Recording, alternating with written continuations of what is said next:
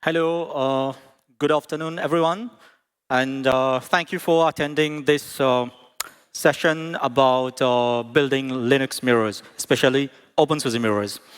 The topic is building openSUSE mirrors in Mauritius, and it's a humble attempt to bring Linux content closer to home. When I say home, this is home for me. Mauritius, a small island in the middle of the Indian Ocean, population 1.2 million, land area is about roughly the same size of Nuremberg city. But it's not just about the size that's concerning here. It's the position. See, like I mentioned earlier, it is in the middle of the Indian Ocean. We are connected to the rest of the world through, I think, three submarine cables.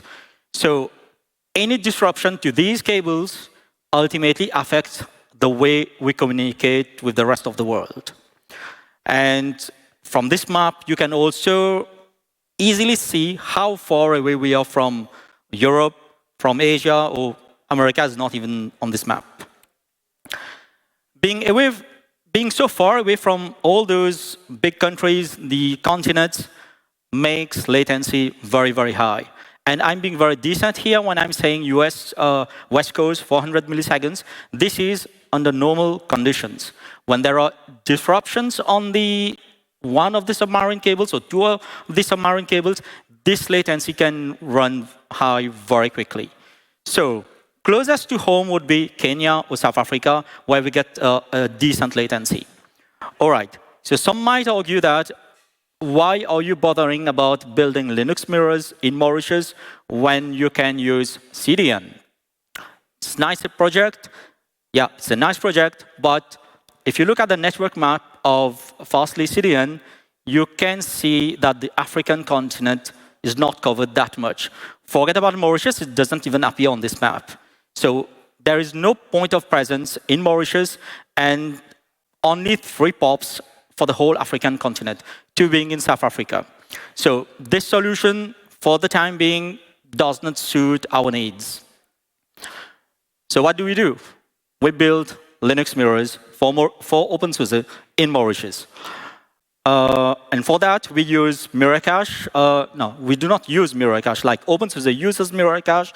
And since I'm mentioning mirror cache in this particular slide, a big shout out and thank you to Elisee Rocha, I think he's here, and Andrei Nikitin for doing all the good work behind this project.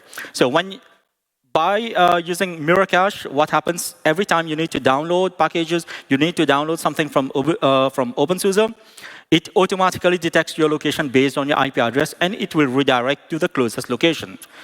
So for us, that would be any other server which is closest to Mauritius, be it in Africa or India or somewhere in Europe. And how do you set up an openSUSE mirror? There's a full wiki article on that, especially read about the RSync modules. But this session is not about technically building the mirror. It's about the experience that we got while building the mirror. There is also a video by Alexandre Vicenzi. I think it was uploaded last year as part of the openSUSE contribution workshop. He does a fantastic job at explaining how you can build on your own mirror. So if you want to do that, please have a look at that video. So 3 years ago, we built the first mirror for openSUSE in Mauritius. And at that time, it was only the 3rd mirror in Africa for the whole African continent.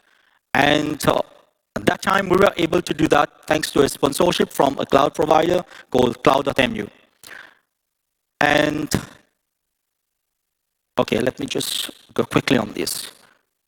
So the story is not about the first mirror, because the first mirror, I already told the story when I came to the openSUSE conference in 2023. So very briefly, when you're building mirror, how do you get content from for your mirror? There are 3 servers, rsync.opensuse.org, which is publicly available. Anyone can synchronize content from that, but it's kind of slow. You have stage.opensuse.org, which is faster, but you need to be a registered mirror for that. Means you need to be a bit more serious with the mirror business. You also have stage main wrappers, which is kind of similar to Stage, but with a slight delay. And this one is also publicly available. So when we built, going back to the story of 2021, when we built the mirror, we followed the recommendations from the wiki. So this is what the rsync command that is put in the wiki. But you will notice that I mentioned earlier, you need to use rsync modules. During our experience of building these mirrors, we noticed that each of these modules are kind of outdated in terms of information. For example, if you're going to synchronize the openSUSE hot stuff 160 GB module, expecting that it's going to fit in a disk of, let's say, 500 GB, it's not going to happen. Because from the time that this module was created, and as time went by, it's no more 160 GB. I think it's more than, it's almost one terabyte. So while building the first mirror, we got these kind of challenges, and we ended up changing things slightly to suit our needs. So here, we're synchronizing from Stage. Okay, perfect. We're using the openSUSE full module, but we're cherry-picking only things that we need. Instead of synchronizing the whole module, we say what specific directories we need. In this particular case, it's like we're synchronizing lib 15.4, and we're putting all the content on a specific directory on our mirror server.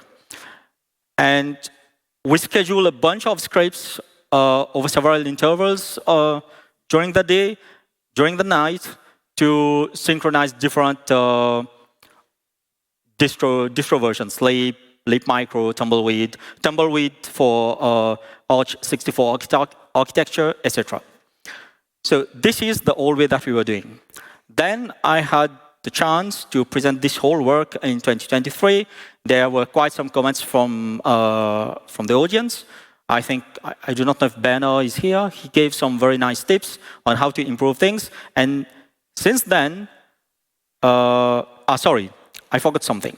By doing so, we were able to optimize the disk space for us, because the initial server that we got to build the mirror, like the sponsored server, was only 2 terabytes. So no matter how, we had to fit all the mirror content within those 2 terabytes. And at that time, we were able to consume 1.6, and it was okay for running the mirror at that time. And we had decided that, okay, what we'll do, whenever there will be a new version of lib, maybe an older version will stop synchronizing so that we can free up space. So now the story changes, because after the success of the first mirror, we have the good luck of getting a new sponsor on board, an ISP called Caldera, that provided us a VM, bandwidth, and twice the disk space from the that we got on the previous mirror. So this time we got 5 terabytes. But again, this time we say, instead of going the old way of cherry-picking folders, why not adopt the tips and tricks that Bernard showed us during the 2023 conference at Nuremberg. So this particular command, rsync command, is similar to what Alexandre Vicenzi also speaks about in his video, but not extensively. So instead of cherry-picking folders, having several scripts and saying, okay, synchronize lib 15.5 at 11 p.m., then at 1 in the morning, synchronize 15.6, and things like that, we are saying synchronize the full openSUSE full with factory rsync module, but exclude a certain list of directories.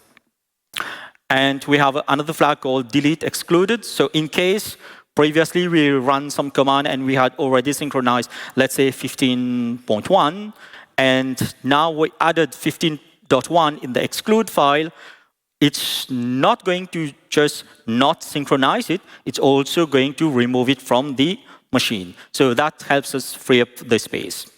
So this is a quick adaptation from what is published in the wiki, what we shared in at the openSUSE 2023, and what we learned from a few people that gave some comments and some suggestions. So the ultimate rsync-exclude.txt file is something like this, where you have all the directories that you do not want to synchronize anymore, and things like maybe debugs, things like distribution jump. Nobody needs it these days. Leave 42.3, definitely we do not need that on the mirror. So these are the things that we say, okay, do not synchronize. So I think I've been a bit too fast at talking, yeah. So that's it. My whole story about building a first mirror, presenting that in 2023. Now we have a second server. And I remember in 23, I received the question from the audience, how do you convince a partner to give you some free resources to set up a mirror? At that time, I did say that it's not easy. But from experience, I've come to understand that if you have a first success story, it becomes easier to get somebody else on board. Like, for example, we had some resources from cloud.mu. Now, when we approach Caldera, we've got twice the amount of resources, and we're able to build bigger things for the community. So I would end with this. Thank you, guys. This is our story from Mauritius. And we are hoping that in the next few months, we might also get a chance to build a mirror not outside Mauritius, within the African continent. I do not want to announce anything yet because it's still in the discussions with the partner, but hopefully if that happens, it will be in an African country where there is no other, forget openSUSE mirror, there's no other Linux mirror in that country. It's some other Linux distro. So we are really working and trying to get it done. So thank you very much. If you guys, Benno is here. I was looking for him. And thank you for all the tips that you gave like 2 years ago. So if anybody else, if anybody has a question, statement, comment, things that I could improve, yes. Wait, you're getting the microphone. So, cool presentation. I have a question. What is actual coverage by the Starlink? Is this a viable option for whoever running cloud services? My colleague is smiling there. We would love to have Starlink, but our government disagrees. So, so far, the government has not given any license to Starlink to operate within, that region. And sadly, it's also the situation in other African countries. Sad reality of the Southern Hemisphere. Thank you.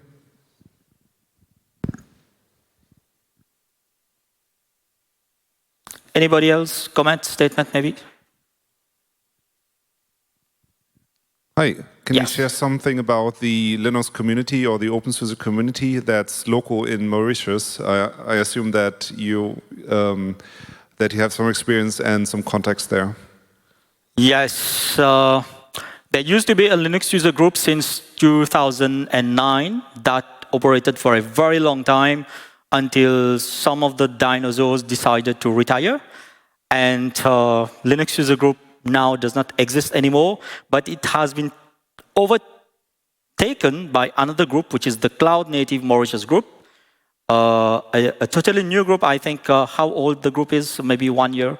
1 year, but it is plenty of the Linux people, Kubernetes people, cloud enthusiasts, developers, full stack developers, but the overall community, tech community in Mauritius is very budding. Like, if I can give you some examples, we have a Laravel community, we have an AWS users community, we have Azure, a specific community for Azure, we have for plenty of things, and we have a mother umbrella of community that is called the Mauritius Software Craftsmanship Community, which is kind of the, like I said, the umbrella.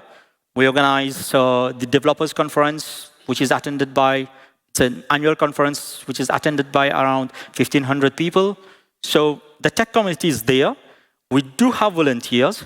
Sometimes you may have volunteers, but you do not just need the technical capacity to do things. You also need those business and communication skills to go and meet companies and get them on board.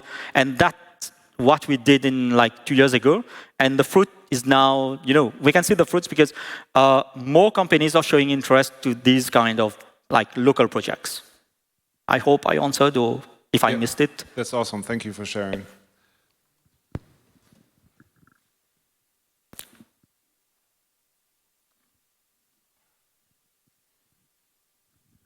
And what does the hardware that you are using look like? So is it one server, is a cluster, or can you say it? No, it's old school. Old school, that is, for example, Cloud.mu gave us a VPS. So a VPS, I think for the first mirror was like 8 GB of RAM, and it's a 16 core. It's too much for a mirror, to be honest. It's too much. But we're also running a few other projects like since 2 years we are planning to build at least a full-fledged website for the openSUSE Mauritius community. We haven't been able to do that. We just have a static page there. But most of our focus is going into the cloud native community group where we have active like monthly meetups. Every month, definitely we have a meetup which is sponsored by a company. We go there, we get 25, 30 people coming. We talk not just about cloud native, Kubernetes, K3S, Rancher and stuff. We also talked about Linux and a lot of stuff. So that's currently the story. The hardware that we got from the second company, Caldera, also is a VPS with much more resources. I think we have more RAM, more CPU, and definitely we have more storage. We have 5 TB compared to 2 TB in the previous one. So cloud storage, cloud servers. All right, if no other comments, statements, or questions, I thank you for attending and showing some interest to what we are doing. Thank you very much.